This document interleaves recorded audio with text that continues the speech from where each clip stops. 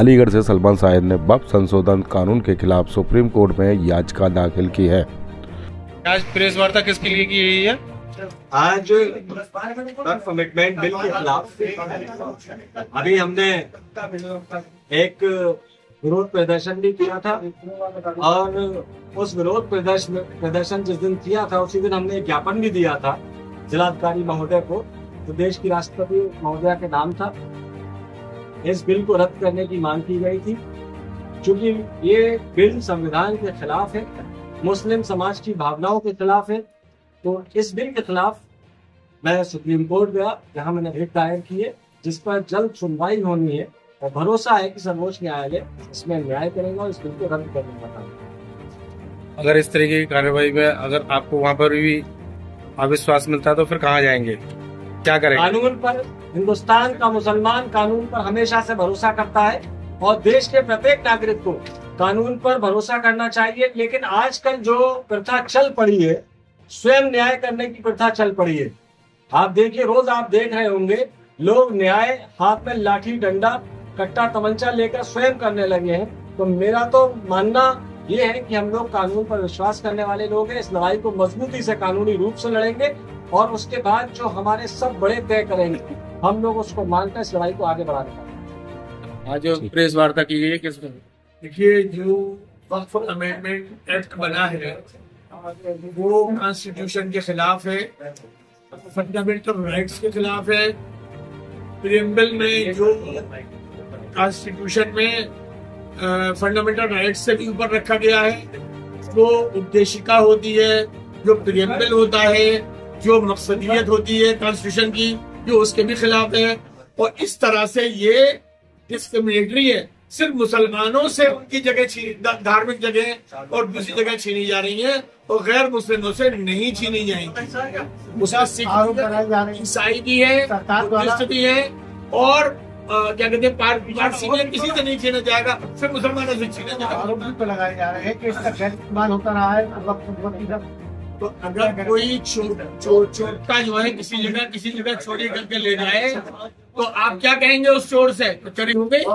सरकार यही कह रही है कि तूने चोरी क्यों करी, अरे डकैती डाल, हम तुझे इजाजत देते हैं डकैती डालने की। सरकार ने 80% जमीनें डकैती डालकर हमसे छीन ली, तो सरकार डकैती डाले तो जायज, कानून बना के डकैती डाले तो जायज, 900 साल की जायदाद पर डकैती डालकर सरकार ने हमसे छीन लिया तो जायज। अब वक्फ के जो मुतवल्ली हैं उनसे मिलकर जो सरकार डकैती डालेगी वो जायज है।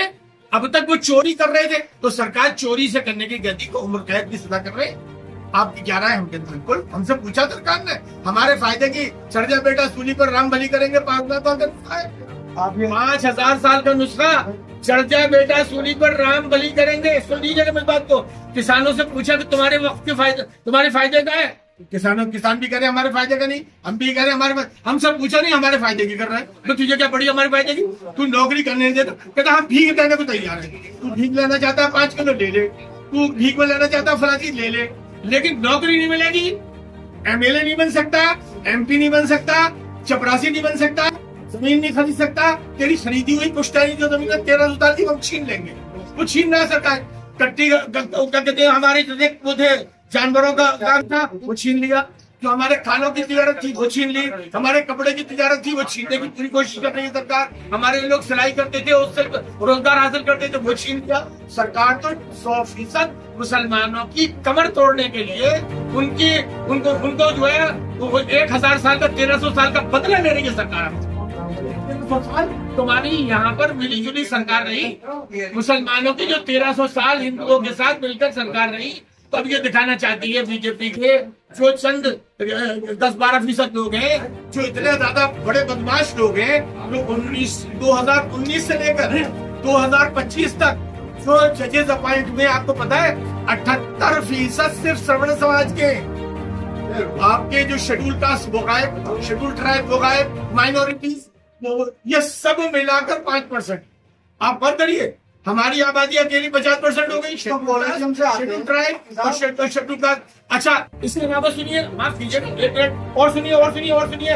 आप कानून एक है, वो जो अर्नब गोस्वामी है उसके लिए स्पेशल इंतजाम होता है, 7 दिन में जमानत। उमर खालिद 7 साल से बड़ा हुआ है, कोई जमानत नहीं। सुप्रीम कोर्ट मुसलसल तारीखों पर तारीखी दे रहा है। भागवती देवी शेड्यूल ट्राइब की है, उसको कोई जमानत नहीं। इसके अलावा जो है वो स्टेट गोस्वामी ईसाई है, उसको वो जेल में मर गया, उसको एक एक्स्ट्रा चाहिए थी, वो नहीं थी। 84 साल कुत्ता, और उसको मतलब ये कि हाथ पैर काटते थे, उसे एक्स्ट्रा नहीं दिया गया और जेल में मर गया। ईसाइयों के साथ भी सलूक है, शेड्यूल कास्ट के साथ भी सलूक है, ओबीसी के साथ भी सलूक है, माइनॉरिटी के साथ भी सलूक है। वो सरकार तो बदमाशी पे आमादा है। 12-13% लोगों की सरकार है जो डकैती डाल रही है, छीन रही है, बदमाशी कर